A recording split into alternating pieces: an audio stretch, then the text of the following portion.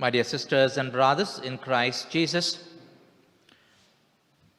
there is a beautiful description about the prophets. It goes this way. The prophets are those people who comfort the disturbed, and again, who disturb the comforts, or those who disturb the comforted. Yes, indeed, in the Old Testament, we see how all the prophets came in the lives of the people carrying this message of comfort and disturbance. When the Israel people were disturbed at the time of Pharaoh and being subdued by the power and authority of him, God sends Moses to comfort them and bring them back to the land of Canaan. And thereafter we see lots of prophets. Prophet Isaiah, he comes with the promises. Prophet Amos comes with the hope. Prophet Hosea comes again with the comfort. Jeremiah, comfort again. So all the prophets, they have their own hallmark of the message to the people, that is always to comfort. But when it comes to the New Testament, we see a prophet in the person of John the Baptist who comes and disturbs the comforted. He comes and tells to King Herod, it's not lawful to have your brother's wife. When he says all the kingdom of Herod is being disturbed, all together with the Herodias and all the people below him. And somehow they want to kill John the Baptist. And there comes another person, Jesus. And he is the prophet par excellence of all the prophets. He also comes with the same message of to comforting people, those who were in troubles. The so-called the Gentiles, the Greeks, the outcasts. He goes to them and just gives them the love and the peace of God. Seeing all this, the scribes say, is he possessed?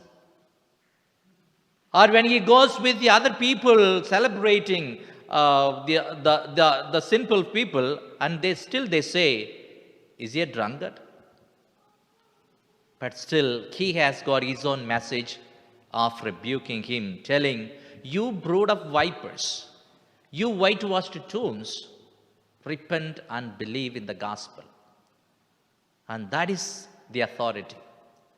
And that is the power of God, a prophet who wants to bring this message of comfort to the disturbed and disturb the comforts.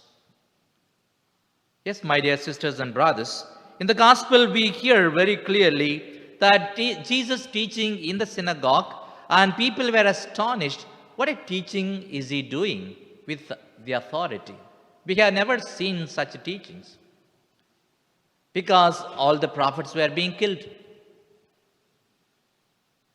And now he comes with the courage, what may come on my way, or even if people are going to kill me, I will proceed on the path that is set for me.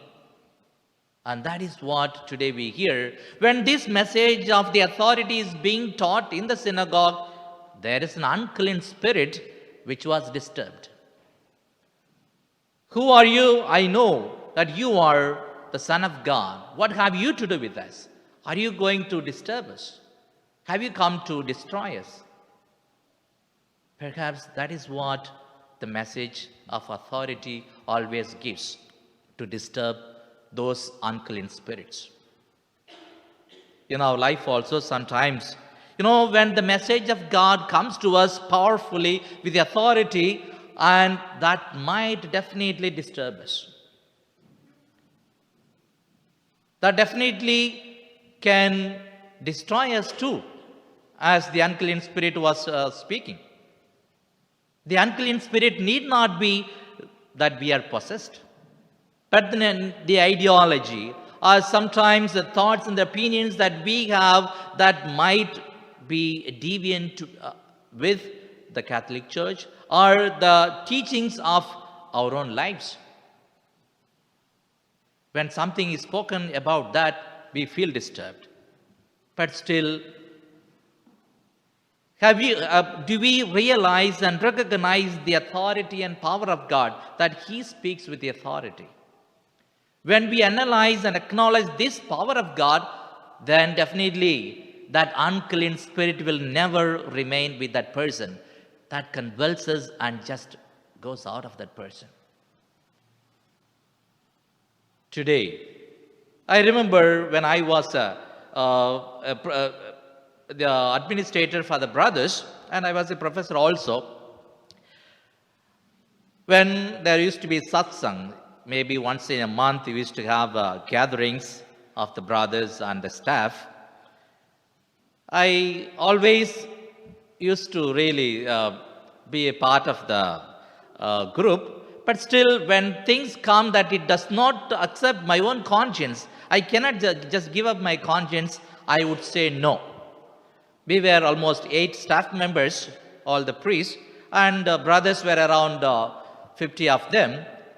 But all of them, when they stand for one thing, of course, but for me, according to my conscience, it somehow does not go into my mind. I'd say, I will not stand by that. But still, when fathers after the meeting will come and tell me, Father Raj, how can you say like this, that you are very bold and very authoritative in telling this one, when all others stand by one thing? I say, I don't believe in that. I don't stand or I don't accept such a teaching. Though I used to face lots of criticism, but still what comes into my own conscience that as right and just, I stand. Perhaps, all of us need to be of that. When Jesus was facing all the criticism, when He was standing for the just and the upright things, He faced all the culmination. That is he a drunkard? Is he a possessed person? But as a prophet, we all of us need to be standing for that truth and justice. Sometimes, we may feel disturbed when the truth comes to us in a very straightforward way, and we need to really accept that truth and tell that I stand for the truth. And the evil spirit that is coming into us can definitely convulse us, but provided that it will go from us, as Jesus tells, be quiet and come out of that person. Today, as people of God, accepting the teachings of God Himself in the teachings of the church, we need to really give and vent to these teachings of God when it comes authority.